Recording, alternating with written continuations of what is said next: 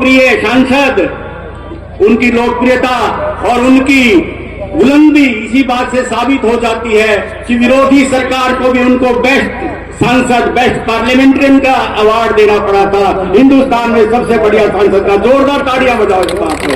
आपके बीच में आमंत्रित कर रहा हूं मैं सीधे माननीय सांसद महोदय दीपेंद्र सिंह हुड्डा से, जो हरियाणा से इस समय अकेले सांसद है कांग्रेस पार्टी के, लेकिन उससे पहले दो जयकारे लगा दीजिए, दो जयकारे लगा दीजिए। कांग्रेस पार्टी, कांग्रेस पार्टी, चौधरी भूपेंद्र सिंह हुड्डा, चौधरी भूपेंद्र सिंह हुड्डा, चौधरी दीपेंद्र सिंह, जोर से और ज्यादा जोर से, दीपेंद्र हुड्डा। आइए माननीय दीपेंद्र जी। राम राम जी सबको। हमारे बीच में हमारे बहुत आदरणीय हरियाणा के पूर्व मुख्यमंत्री और हमारे नेता चौधरी हमारे बहुत ही आदरणीय हरियाणा प्रदेश कांग्रेस कमेटी के लोकप्रिय अध्यक्ष, जिनकी बात आप सुन रहे थे, हमारे बहुत ही आदरणीय चौधरी प्रधान जी, हमारे आदरणीय के साथी और जितने हमेशा रहते संघर्ष करने वाले हमारे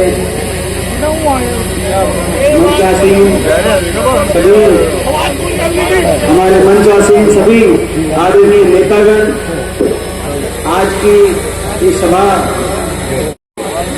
विकास भाई और सभी आयोजकगण, उपस्थित पितातुल्य मेरे बुजुर्ग नौजवान साथी, माता शक्ति, मैं आप सबसे क्षमा प्रार्थी हूँ कि लेट आज आप इस मीटिंग में मैं पहुँच पाया हूँ।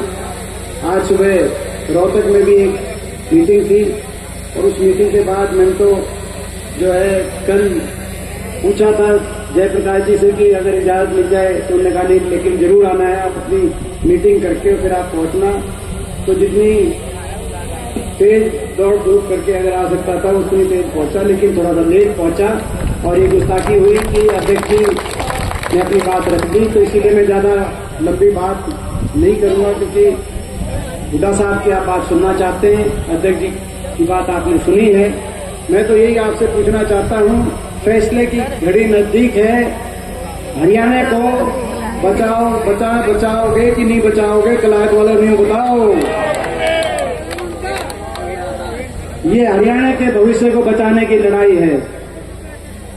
ये हरियाणा के नौजवान जो देश में सबसे ज्यादा बेरोजगारी का सामना कर रहा है, उस नौजवान के भविष्य को बचाने की लड़ाई है।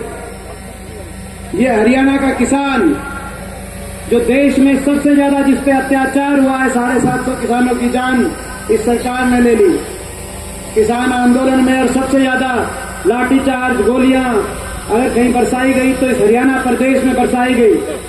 ये उस किसान के भविष्य को बचाने की, उस किसान के सम्मान को बचाने की भी लड़ाई है। हरियाणा की महिलाएं, जिन महिलाओं को अपनी इज्जत के लिए दर दर की ठोकरें खानी पड़ी, दिल्ली के जंतर मंतर पर धरने देने पड़े, हमारी पहलवान बेटियों को और एक हमारी सरकार की एम्प्लॉई को, सरकार के ही मंत्री रक्षक जब भक्षक बन गए, अपने महकमे की एक बेटी के साथ जो के दुर्व्यवहार के आरोपी एक मंत्री थे वो हल्के से, मगर उनको न्याय नहीं मिला। मुख्यमंत्री जी आज भी विधानसभा में खड़े होकर कहते हैं कि वो मंत्री हैं, मंत्री हैं, मंत्री हैं और मंत्री रहेंगे। ये हमारी बहन बेटियों की मान सम्मान और इज्जत को भी और उनके भविष्य को भी बचाने की लड़ाई है। ये गरीब आदमी जिनकी सारी योजनाओं को बंद करने का इस सरकार ने काम किया, संविधान को कुचलने का काम ये सरकार, जो बेटियों का अपमान, खिलाड़ियों का अपमान, किसान पे अत्याचार, किसान का अपमान, इन बातों के लिए जो प्रदेश भाईचारे के लिए जाना जाता था, वो भाईचारे में खटास लाने के लिए आज देश में उस प्रदेश ने पहचान बनाई है। जो जय जवान जय किसान के लिए जाना जाता था, आज वहां अग्निपथ योजना और अग्निपथ योजना भी, और भाजपा सरकार जय जवान जय किसान का नारा भी बदल गया। अग्निपथ योजना लेके आए, 4 साल में बिना पेंशन के घर वापस। और भाजपा के कैलाश विजयवर्गीय अहंकार घमंड कितना चढ़ गया इनका 7वें आसमान पे। अंदाजा लगाओ कि कैलाश विजयवर्गीय का बयान आया कि जो अग्निपथ से वापस बिना पेंशन के आते हैं, हमने पूरे देश में इतने दफ्तर खुलवा दिए, उन दफ्तरों में इनको चौकीदार का काम देने का हम काम करेंगे। ये इतना घमंड, तो ये इनका घमंड भी तोड़ने का ये टाइम है। मैं दोबारा से आपने पूछना चाहता हूँ, सोच समझ के जवाब देना। आप जो जवाब दोगे इतिहास में वो लिखा जाएगा। पूरा देश आज हरियाणा की तरफ देख रहा है। हरियाणा को बचाओगे कि नहीं बचाओगे? कलायत वालों ने बताओ। तो हरियाणा को बचाना, हरियाणा को दोबारा से विकास, तरक्की, खुशहाली, अमन चैन, आपसी भाईचारे के रास्ते पर हरियाणा को लेके आना है और भारतीय जनता पार्टी के घमंड को भी चकनाचूर करना है। ये संकल्प है। मैं इतना ही आपसे बोलते हुए अपनी जो है हाजी लगवाऊंगा, क्योंकि अभी आप सुनना चाहते हुड्डा साहब को सारी बात बोलेंगे। हाजी के पाँव में सबका पाँव, सबकी बात तो अध्यक्ष जी ने भी बात कही। और जो है तो मैं उम्मीद करता हूँ कि भाई कलायत जब नतीजे की घड़ी आएगी, कलायत हल्का जब लिखा जाएगा कि भाई ये न्याय अन्याय की लड़ाई में कौन सा हल्का कहाँ खड़ा था, तो कलायत हल्का न्याय के पक्ष में खड़ा होगा, मैं उम्मीद करता हूं। और मैं एक बात और कहना चाहता हूं, एक बात आपसे और कहते हुए अपनी बात समाप्त करता हूं।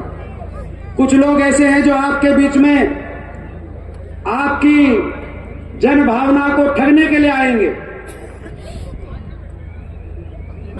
पिछली बार ये नारा लेके आए थे कि अब की बार करो बीजेपी को जमना पार।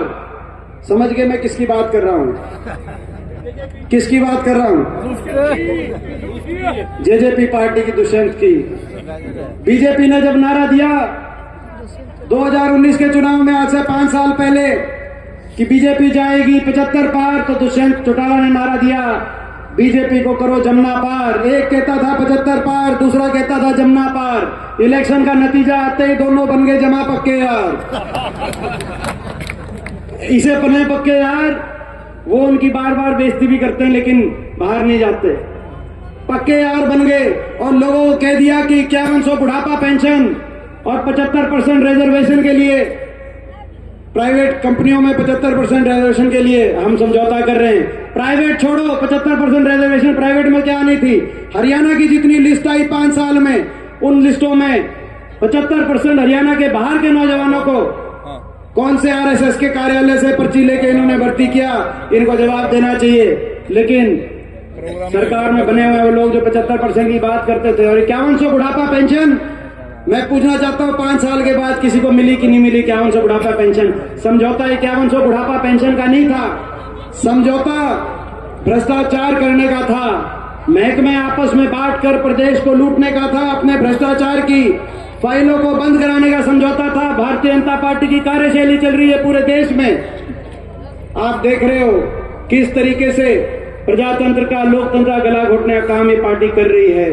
और इस तरीके से मुकदमे जिन पे बने उनको निशाने पे, तो आप देख रहे हो किस तरीके से। मैं ज्यादा तो भाई ये इस तरह के लोग बीजेपी के इशारे पे जनादेश, पिछली बार भी लोगों ने तो कर दिया था बीजेपी को जमुना पार, लेकिन इन्होंने जमुना पार से बीजेपी की सरकार बचाई, जमुना में डुबकी लगवाई और चंडीगढ़ में खट्टर साहब को शपथ दिलवाई, बीजेपी को शपथ दिलवाई। इस बार भी आएंगे, वेश बदल बदल के आएंगे, आपके बीच में आएंगे। जन भावना हरियाणा में बन गई, सरकार लोग बदलना चाहते हैं, हरियाणा को बनाना चाहते हैं, बचाना चाहते हैं। हरियाणा के कोने कोने से एक ही आवाज जा रही है, बीजेपी जेजेपी की एक खट्टर दुष्यंत सरकार आ रही है और ये सरकार जा रही है, और हुड्डा साहब के नेतृत्व में और उदय भान जी की अध्यक्षता में कांग्रेस पार्टी की सरकार आ रही है।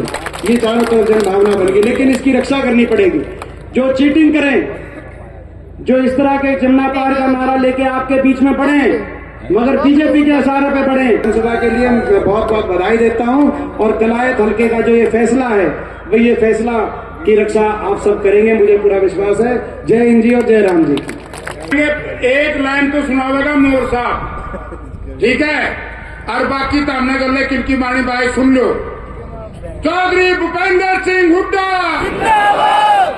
चौधरी उदय भान, सबसे ताकत की आवाज लानी है। क्या नौजवान छोरा यहाँ से चले दिल्ली चंडीगढ़ जो थारी किसाना की लड़ाई लड़ी थी नहीं, हम सीमा पे लड़ रहे थे। दीपेंद्र सिंह लोकसभा में लड़ रहा, विधानसभा राज्यसभा में लड़ रहा था।